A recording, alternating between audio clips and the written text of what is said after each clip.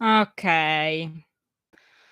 I think I solved my problem, but at this point, I'm not sure if I should start everything from the top or not.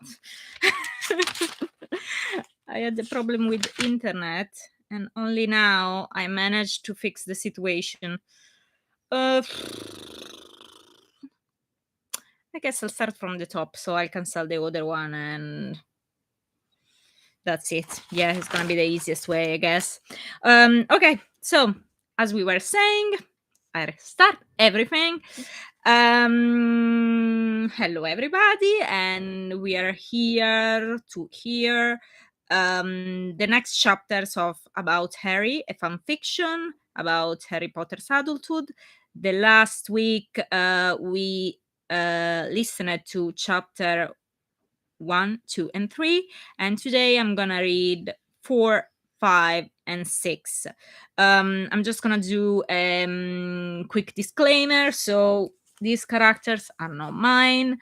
They are covered by copyright. I didn't invent them. I just use them to entertain myself and others. And I don't make any money out of it whatsoever. I still registered this work as mine. Okay, let's start again. So, for who already listened, I'm sorry, but it's easier this way. Chapter 4, The Truth. Days were shorter, being close to the end of December. A fire was lit permanently in all the houses' fireplaces, and in the air there was the cheerfulness always present when Christmas is coming near and children are around. They started that day preparing the house for the oncoming festivity. A tall Christmas tree was standing in the living room's corner, close to the window, still bare, waiting to be decorated. Let's do it with the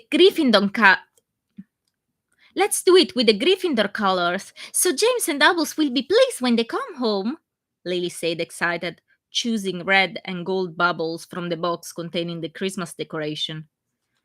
Would you like to be in Gryffindor too, once you get to Hogwarts? Lily was putting up the decoration on the tree with care, with an air of great concentration which amused Harry. I don't know. I think I'd like to be in the same house as everybody else, but I like Ravenclaw too. Really? Why? He had asked about Hogwarts houses without doubting the answer, therefore was really surprised. Susie told me that the founder of Ravenclaw is very pretty, and she wears a crown which is called tiara. She is very clever too, and she say that they have got a treasure. A treasure? Harry asked, puzzled. She said that they have the greatest treasure, she repeated, quite assured, mimicking something huge with her tiny arms. Harry suddenly understood her meaning and laughed heartily. They say wit beyond measure is man's greatest treasure. It means the cleverness is the best thing a man or woman can have. They don't really have a treasure. But she has still got the tiara? I guess so. No point explaining that the tiara had been destroyed many years before. I'd like to be clever, she continued, starting to wrap the tree with tinsel, helped by Harry. You are clever, no matter the house you will be in. I like the tiara too, she affirmed, making sure every spot was filled. Gryffindor has a sword, Harry said warmly. He couldn't help to side for his house. Don't you like the sword? I prefer the tiara, she replied without hesitation. Well, I guess the ad will decide in the end, he concluded, somewhat discouraged. He took the star and made to put it on the top. Let me do it, please, Lily interjected imploringly. She loved to give the last touch to the tree, and Harry liked to tease her, pretending he was going to do it instead of her. He lifted her, and she picked the star with glee. Ginny came into the room with 3 mugs of hot chocolate, and they sat on the sofa, admiring their work. It's beautiful. You did a great job. The boys will love it. Do you think so? Lily asked, brightening, excited. I'm sure of it. They drank their cocoa in silence, enjoying the warmth of the room and the sweetness of the drink. After a few moments, Lily's head started to loll on her neck as she fell asleep. Harry saved the cup falling from her fingers just in time, as Ginny said, "Time to go to sleep." "I'm not tired," she protested, her eyes half closed. "Yes, you are. Come on, you brush your teeth and you go to bed." "Go, my pet. I'll come to kiss you good night later." Harry pushed her gently down the sofa to Ginny, ready to take her upstairs. Harry made a mental note to try to find the time the following day to go looking for a crown of some kind to add to her presents. After half an hour, Ginny came back. "She's asleep," she said, going toward him. But as she was sitting on the sofa, somebody banged at the door. It wasn't a gentle knock, though. Somebody was banging quite violently at the door, as if trying to bring it down. The frozen alarm. Flashes of a different living room on a Halloween night flowed in Harry's head. He thought about his dad, ambushed without protection in his own house, his mother, murdered trying to protect him, and terror crept over him. "Get your wand!" he cried to Ginny while getting his own from the coffee table. He never kept it too far away from him out of habit. He would be able to fight at least. Ginny sprinted to go to get her own, and he could read fear on her face too. But she halted suddenly as they heard somebody shouting, "Open the door, you son of a bitch!" coming from the outside. They recognized the voice at once. "Ron!" they exclaimed together, looking at each other awestruck. Ginny made it to the door instead, and once she opened it, Ron sprinted in the alleyway with a half-mad expression over his face. "Where is the traitorous bastard?" Without even looking at Ginny, he overtook her and made straight for the living room. "Who the hell are you talking about?" Ginny ran after him, looking aghast. When he got there and saw Harry, he pointed his wand at him. "Crucio!" Ginny, widening her eyes in surprise, jumped forward to push his wand from his hand, but Harry was ready. "Protego!" he shouted, and the shield erupted in front of him between the two of them. The force of the spell made them fall against the wall with a thud. It took a second for Ron to jump up. "Coward! Fight me like a man! Take down this shield and fight me!" He cast a spell after another against it, trying to bring it down. They were bouncing around the room, making panes shatter and breaking the window. Ginny, still on the floor, carved up not to be hit by the spells. "What's wrong with you? Are you mad?" Harry shouted, keeping his shield on and trying to find a way to protect Ginny too.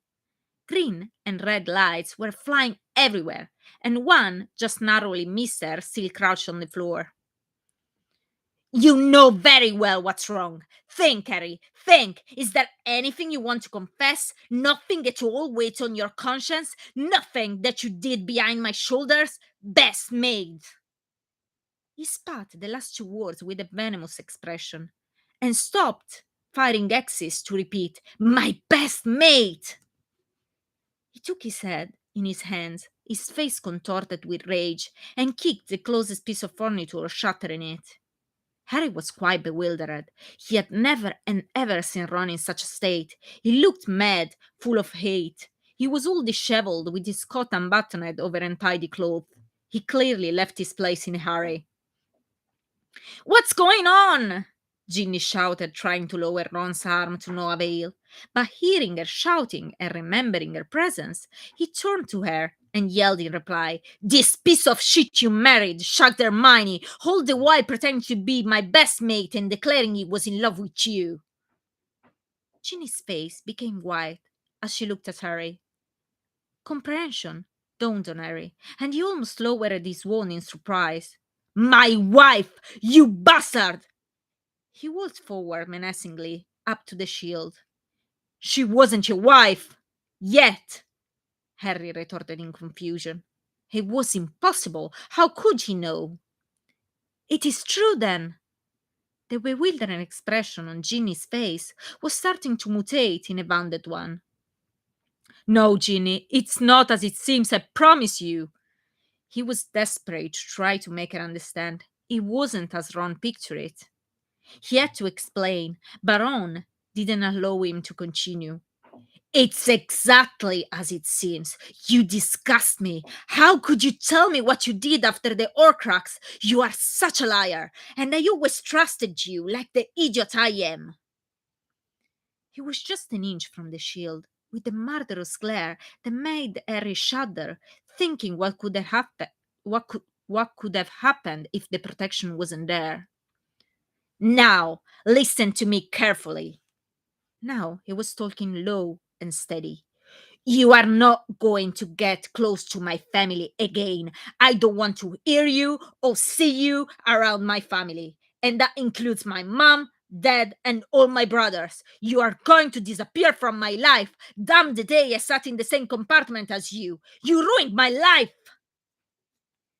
He shouted again, slamming a hand on the shield. She was the only thing. He seemed on the verge of tears now, and the sentence was swallowed by a gulp. He backed away without breaking eye contact. He got to the door, where Ginny was still standing transfixed. A word of advice, Ginny. Take the children, dump the bastard, and go to the barrow. It is what he deserves. He almost ran out of the house, banging the door behind him, and they could hear a crack when he disapparated. Silence fell on the room like a veil, covering everything. Snow was falling through the shattered window. The room was a mess of broken glass and furniture. They were paralyzed, too shocked by what happened to move. Finally, Harry lowered his wand, and the shield disappeared with a mute sound. He looked at Ginny. She had a cut on her cheek, and the red of the blood stood out vividly against the whiteness of her skin. She didn't move, overwhelmed. Then she let herself slowly slide on the carpet, shaking violently. He longed to go to her, but he didn't know if his gesture would have been welcome after what happened. She looked at him, her eyes wide open. As she opened her mouth to speak, they heard from upstairs Lily calling her with a voice full of tears. Of course, she had been awakened by the noise, and she was in bed terrified. She tried to speak and choked over her own words. She put an hand on her to her throat and she tried again. I'll go to her. When I get back, we talk. Harry was still standing with the wand clutched in his hand, almost as if he was expecting Ron to return, his emotions in turmoil. He took a deep breath to calm himself down, and almost mechanically mended the window and tried to tidy up the room. But he managed clumsily. His mind was too occupied but to be able to cast effective spells. Thought after thought piled in his head without order or sense. He tried again to calm himself, to reason on the words Ron had said, but it was to no avail. It was just confusion. He remembered the parting advice Ron gave Ginny. He felt sick at heart with the thought, and a new desperation washed over him. Was he going to lose everything he loved just for a silly mistake? His head started to spin with doubts and questions. He walked to he walked to the kitchen and leaned against the wall. He feared Ginny's return. He was paralyzed, incapable of doing anything, powerless under the weight of what could happen. Ron's words were pounding in his ears. What would Ron do now? He almost used an unforgivable curse on him, and the look in his eyes told him that something was irremediably lost. He tried to calm himself, thinking about what to say. The truth. The words appeared in his head over the confusion. He had to tell her the simple truth, and his mind traveled to 19 years before. Okay, this was the end of chapter 4. We managed. In English, die, yeah? Oh my gosh, I wouldn't know. Maybe gosh. Okay. A sword was duck. Okay, okay. So let's carry on. Let's carry on with chapter 5, 19 years before. So now we will find out what happened. To give it a context, just so you know, to begin with, I started with um, exactly the same words are as the saga. I mean, in the seventh book, I took a small bit and I started from there, just so we can understand when and what that happened, and kind of merged in the chapter. There are two or three bits that are from the original book, just to like do a kind of merging kind of thing. Okay, chapter 5, 19 years before. Leave the Horcrux, Harry said. Ron wrenched the chain over his head and cast the locket into a nearby chair. He turned to Hermione. What are you doing? What do you mean? Are you staying or what? I. She looked anguished. Yes, yes, I'm staying, Ron. We said we'd go with Harry. We say we'd help. I get it. You choose him. Ron, no, please come back, come back! She was impelled by her own shield charm. By the time she had removed it, he had already stormed into the night. Harry stood quite still and silent, listening to her sobbing and calling Ron's name amongst the trees. After a few minutes, she returned, her sopping hair plastered to her face. He's gone! Disapparated! She threw herself into a chair, curled up, and started to cry. Harry felt dazed. He stooped, picked up the Horcrux, and placed it around his own neck. He dragged the blankets off Ron's bunk and threw them on Hermione. Then he climbed onto his own bed and stared out at the dark canvas roof, listening to the pounding of the rain. Anger against Ron blinded and deafened him to everything except for the rain falling. But as he mounted up, by degrees, he subsided, leaving a void, and an immense sadness filled the hall. He realized Hermione had crawled into the bed under his own. She was still sobbing. She had turned down the light, and darkness swallowed the tent completely. He couldn't say how long had passed, but she still couldn't sleep, choked by her own tears. Harry reflected guiltily on how he had dragged her in this hopeless research, how difficult it must have been to send her family away and disappear from their life. And now Ron.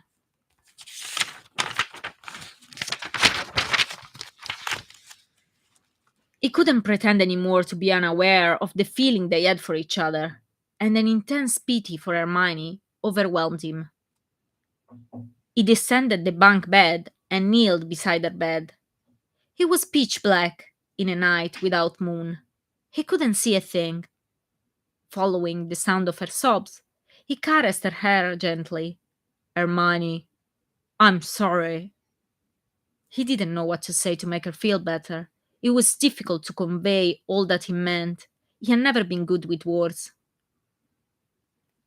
Trying to stifle her crying, she took his hand. She didn't speak, but he understood she wanted to reassure him. He climbed on the bed and embraced her tenderly. She buried her head in his chest, breaking down again. He kept caressing her, thinking about the miserableness of their situation, and then an enveloping sense of forlorn took possession of him. They stood there for a while, awake, just listening to the pounding of the rain. the only sound that could be heard in that disheartening night. Slowly, her sobs died away, but she didn't relinquish Harry. They both needed the simple human contact. It was her it was a heart it was a heartwarming sensation to have somebody to hug. Two warm bodies encountering, struggling to ward off the frost of the weather coming from the outside and the similar frost coming from the inside. Harry brought his mind back to the last time he had had a comparable interaction. It had been with Ginny during his birthday in her room. He was reminded of the passionate kiss she gave him on that occasion, and something in him started to change, to worsen. The sadness transformed in desperation, in an acute longing for something more, for something that could wipe out the misery of the reality they were in, for something that, for a while, would make him forget everything awful was happening in his life. He hugged Hermione more tightly and kissed her head, wishing to suppress all those emotions, to blend in her warm body, to be protected from that dreadful coldness he felt inside. Moving his hand, he brushed her skin, and the softness of it brought the memory of Ginny even stronger in his mind. All that could have happened in his life would have all that could have happened if his life would have been different. And that thought, that memory, quite suddenly, acted like a switch that is turned on. And Hermione wasn't Hermione anymore. She was something that could save him from the abyss of loneliness and desperation. He wanted to feel her body more. He wanted to drown every dark feeling in her. He slid his hands onto her waist, under her nightshirt, wanting to touch the smoothness again. She stiffened immediately, and, after a faltering moment, she tried to push him away. Resisting, he let his hands rise on her torso and started to kiss her neck avidly. He felt her relenting, giving in to the urge of closeness that was now driving them both. With his face, he brushed her cheek and felt it wet from the tears she had shed. And while she hugged him more tightly, arching her body under his hands, new tears fell. He didn't register them, however. At that moment, he could just feel her womanly body adhering to his own, and that made the little control he still had over himself disappear. He started to undress and to undress her frantically. Their bodies responded immediately as he slid on the top of her, and, in a moment, he was bliss as he never experienced before. Everything but those new feelings was shut out. His mind went to Ginny, and he was with her at that moment. He tried to control himself not to speak her name, but he wasn't sure he managed. Hermione, under him, moaned, and he hoped with all his might she wouldn't speak, not to bring him back to the awful reality of what they were doing. In a corner of his head, a voice was stamping with violence, trying to be heard, but the intensity of the sensations he was experiencing didn't leave space for anything else. He was deaf to his consciousness, reproaching him loudly for this backstabbing act. The height of pleasure was coming closer and closer. He tried to hold on as long as he could, guessing how quickly he would be back to his senses after that. And he guessed right. It happened soon enough. A moment before was the culmination of ecstasy, engulfing his mind and body in a spasm of pure rapture. And the next moment, it was all gone. Not a trace of it was left.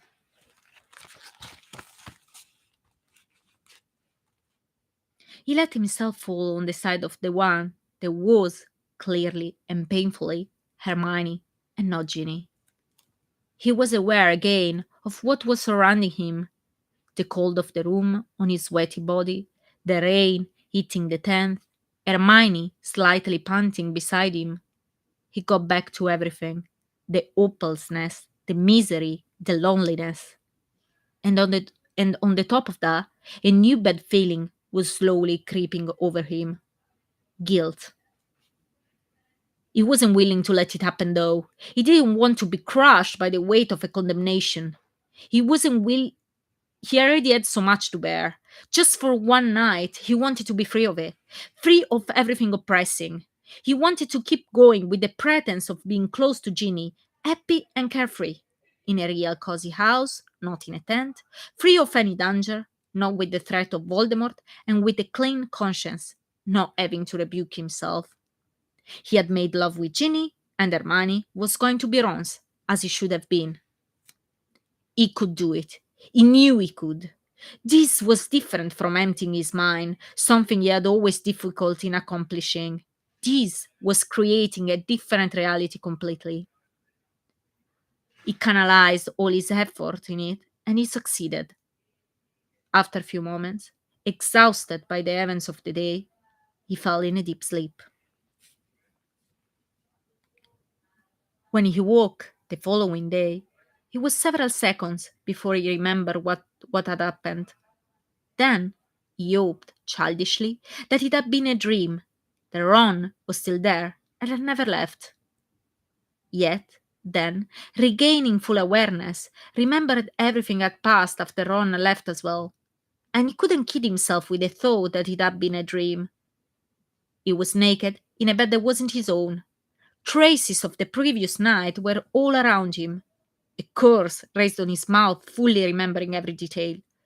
What in the name of hell did I do? He could hear Hermione in the kitchen, and swiftly retrieved his clothes from the floor and got dressed. He went to the bathroom to ponder over the gravity of the situation and to compose himself. The first task, easy to accomplish; the second, almost impossible. He took a hot shower that helped him to calm down slightly, but he still had no idea how to confront Hermione. She was there, outside the door, and the awkwardness was going to be extreme. Strangely, he was reminded how difficult it had seemed to be in his fourth year to ask a girl for the Yule Ball, and how he had thought that facing the dragon had been easier. Now, he acknowledged, he would have preferred to face all the four dragons together instead of what was waiting for him outside the bathroom. However, he couldn't stay locked in there forever, no matter how ardently he wished to do it. He had to face what he had to face what was I'm sorry. He had to face what was outside. Unfortunately, not four vicious dragons, but just Hermione. He took a deep breath, all the courage he could collect, and opened the door. She did not wish Harry good morning, but turned away quickly as he approached her. They ate breakfast in silence. Hermione's eyes were puffy and red.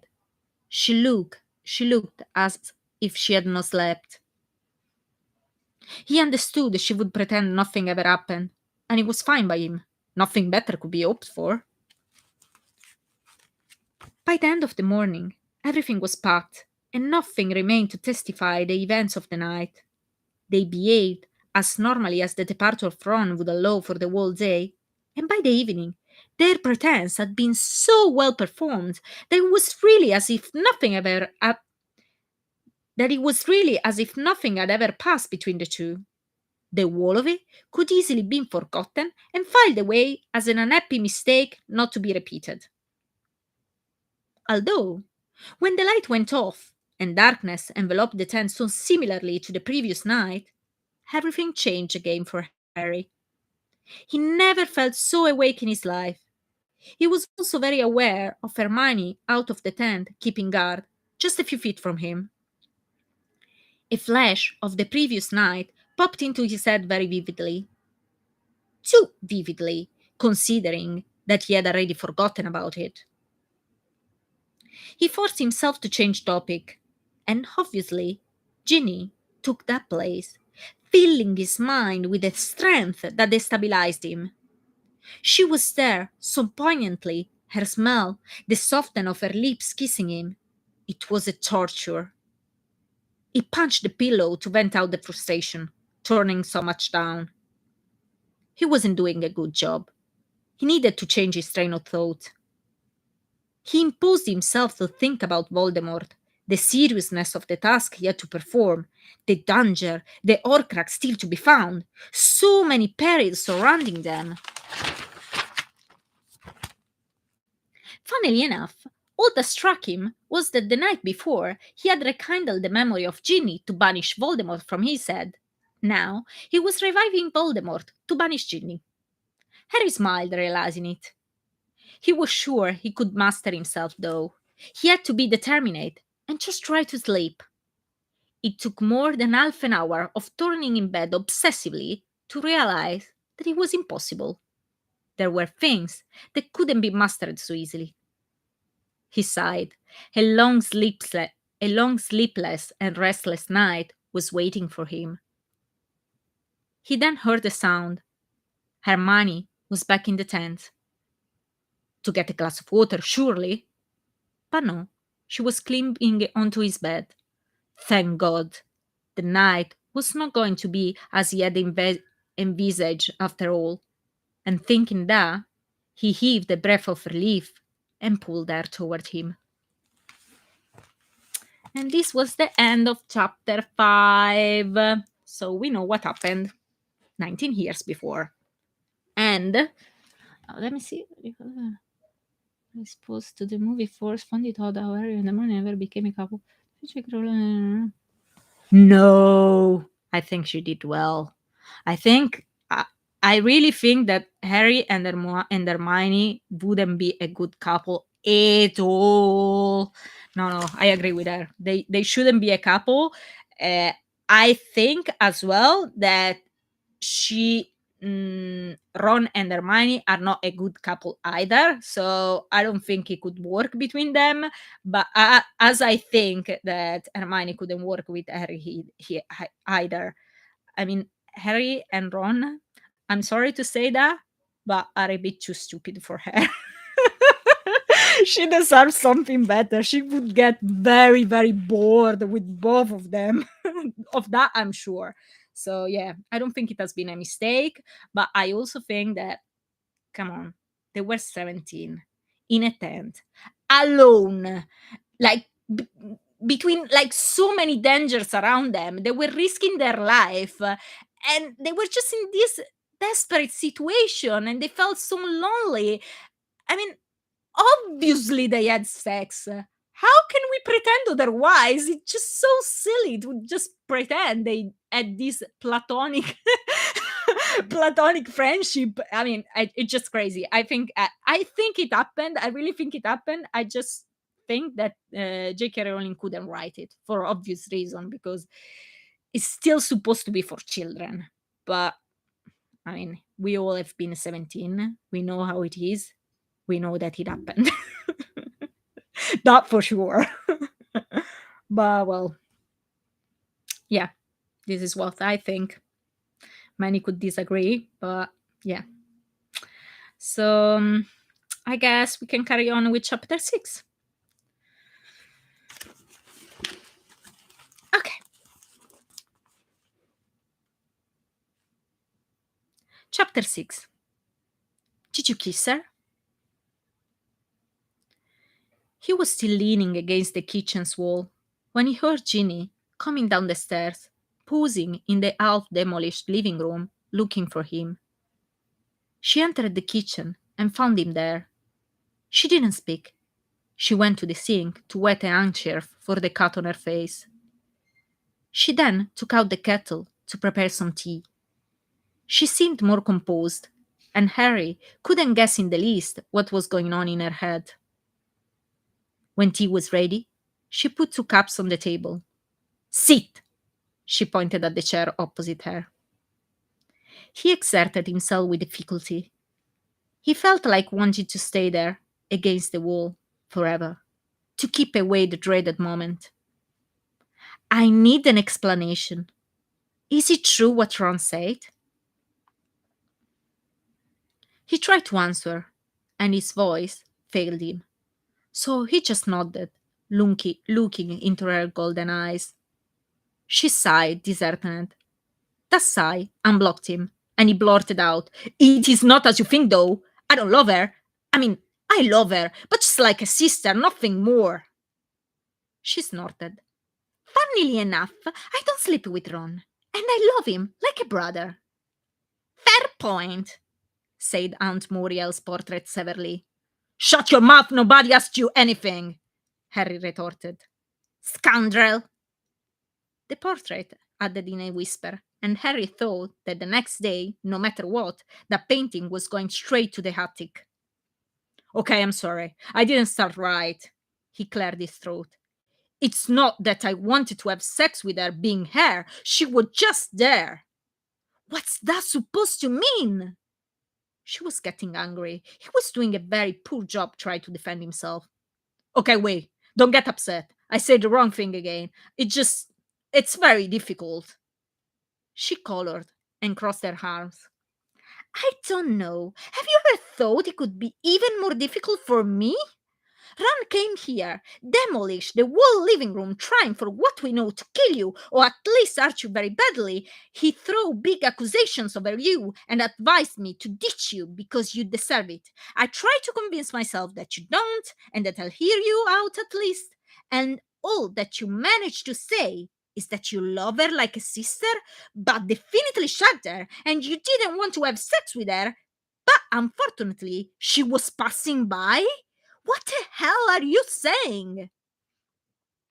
Her temper rised very quickly. She kept her voice low, not to wake Lily again, but there was accusation in every syllable. "When did that happen? Why? What does it even mean what you just said?" Harry leaned on the back of the chair, rubbing his face. "You are right. You deserve a better explanation. I'll tell you the whole story, but you have to realize it's difficult to explain what happened. We were 17. I never told you about when me, Hermione, and Ron were in search for a way to kill Voldemort. I tried to forget about it myself. It was the worst year of my life, full of painful moments. But I'll try to explain to you." He took a big breath and continued. "It was horrible. We were in hiding, no contact with the world of any kind. We were alone, in danger. We didn't know how any of you were, if you were safe or not. We had no way to communicate with anybody. We had no clue to follow and almost nothing to eat. We were cold, we were hopeless, moving from place to place. I felt guilty for what I was imposing on them. I didn't know what to do next. Then we started to argue, and Ron left. Hermione was distraught, and it was like something broke. It was just me and her. I wanted to comfort her. I felt bad, and I hugged her, and I thought of you, and I don't know how it happened exactly, but it happened. I guess both of us felt so desperately lonely and longing for a bit of affection. We were out of our minds." He looked at her and saw a deep sadness in her eyes. "It happened just that once, then?" It was an affirmation, and Harry could have left it at that. He was aware that the truth would hurt her deeper, but he promised to be honest, and he would. "No, it happened almost every night up to Ron's return.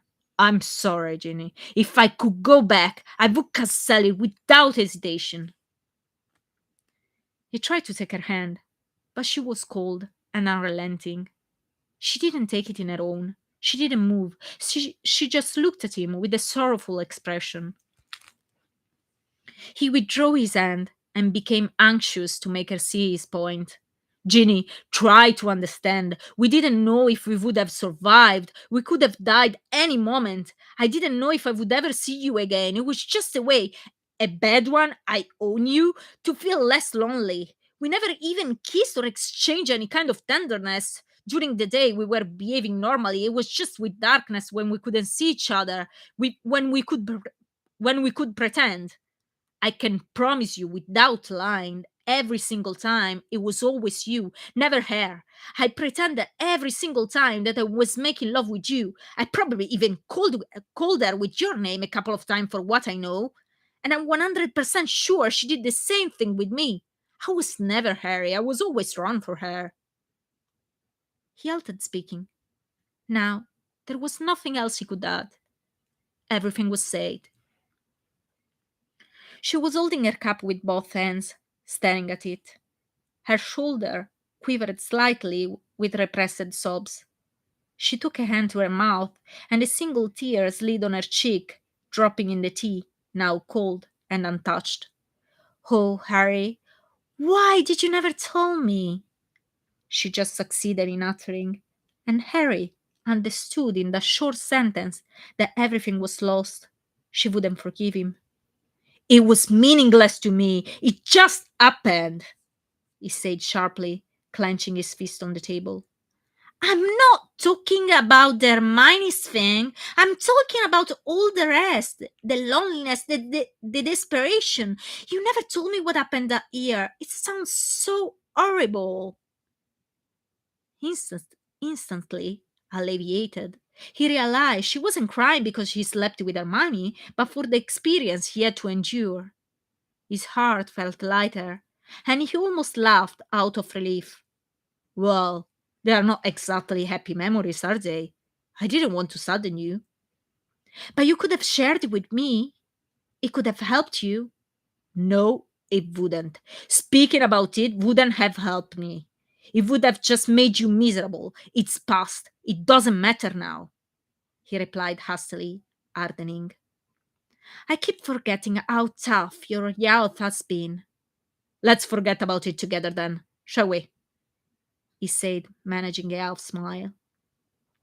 She sniffed, and Harry took her hand in his own again and kissed it. Do I gather you forgive me? Oh, Harry, don't be stupid. There is nothing to forgive. I cannot pretend it didn't surprise me, but we were not together as you said. You didn't even know if we would have seen each other again. You just reacted as a 17-year-old boy and girl would react in a situation of that kind. It's only said, nothing more. But Ron, well, it's a different matter. The sounds of Ron's name brought back the uneasiness.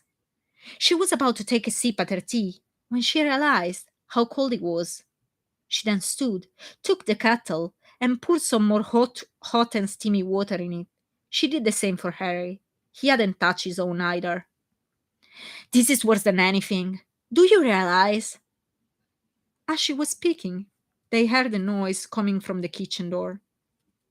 And Lily was there, white and scared, in her pink pyjama. She was standing on the threshold, her eyes fixed on them. I came to see how Dad was, she whispered, looking at Ginny, pleading not to be told off to be out of bed.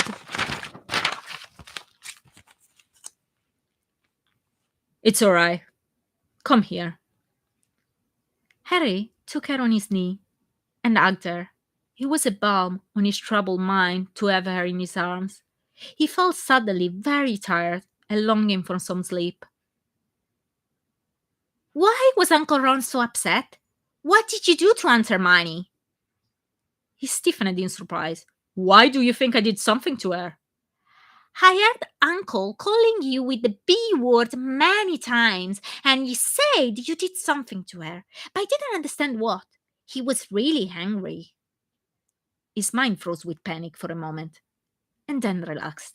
Thank heaven and all his angels for the slang. Explaining this would be difficult. He saw a glint of laugh on Ginny's face, surely curious to see how he was going to unravel himself. He started slowly. I didn't do anything to Aunt Hermione. He thought I did something not very nice with her behind his back. What? She inquired, pointing her golden eyes, exactly the same shade as Ginny's on his. He hesitated. Did you kiss her? Hold on, what? He looked at her startled. Susie told me that if when people are married, one kisses another person, the other one will get very angry and they'll split up. Did you do it? He didn't like this Susie at all. No, I didn't, he answered, and he could say this at least without lying. You promise? I promise. So then what did you do? She looked at him expectantly, and he was at a loss of what to say. Why children have to be so inquisitive? He didn't do anything, Lily. Don't worry about it.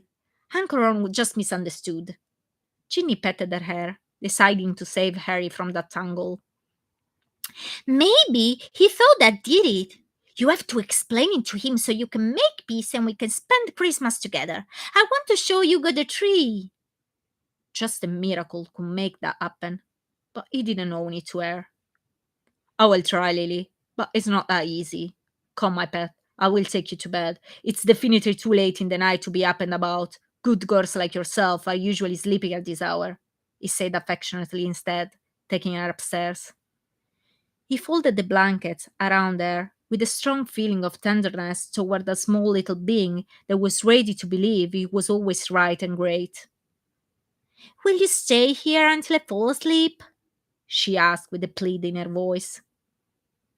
He kissed her forehead and, keeping her small hand in his own, sat beside the bed, looking at the glowing in dark stars he got from a muggle shop and attached on the ceiling to please her. Dad? He could sense a trace of anxiety behind the whisper. Yes, my pet? Uncle Ron said that Mom had to get us and go to the barrow and leave you here alone, and that you deserve it. But I don't think you do, and I don't want to go. I want to stay here with you. He sighed, thinking how close he had felt half an hour before to see that happen. It won't happen. We will stay here together. He squeezed her hand gently to convey assurance. Leaning his head on the bed, exhausted by the incident of the evening, and listening to her breathing getting deeper and deeper, he slumbered himself in a profound sleep. And this was the end of chapter 6. Let me see.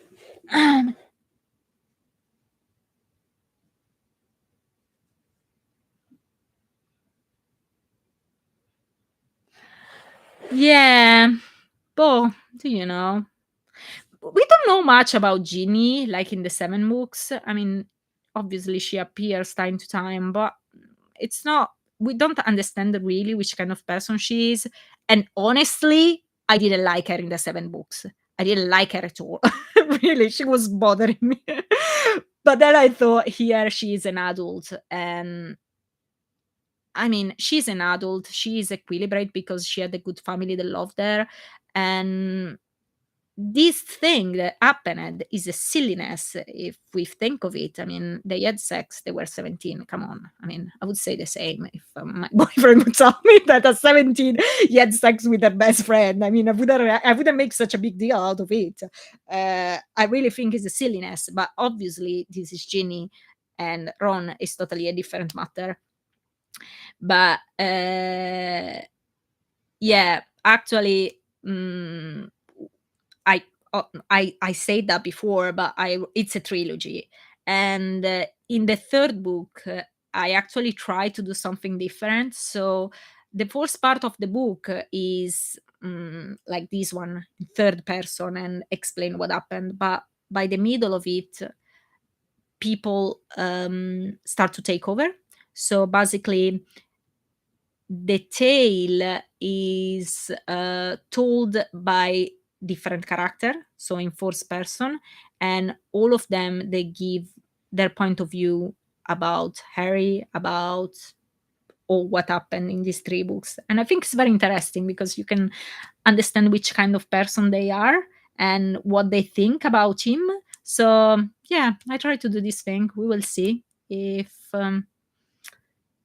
if I do it right, if I've done it right, we will see. But yeah, poor Harry and poor Ginny. Yeah, and this is only the beginning. Unfortunately, things are gonna get worse and worse. So this is just like the least of it. But yeah, this is what I wanted to read tonight, and next week is gonna be I believe on Thursday. I'm gonna read it on Tuesday in Italian and on Thursday in English.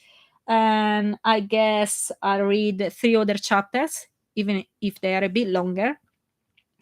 And yeah, it's interesting because in the next we are gonna introduce some characters. So there will be Ted, Lupin and Tong's son. So we will see how he's getting on. And there will be George as well, which is a character I like very much. And nothing. That was all. I hope you enjoyed, and I hope to see you next week.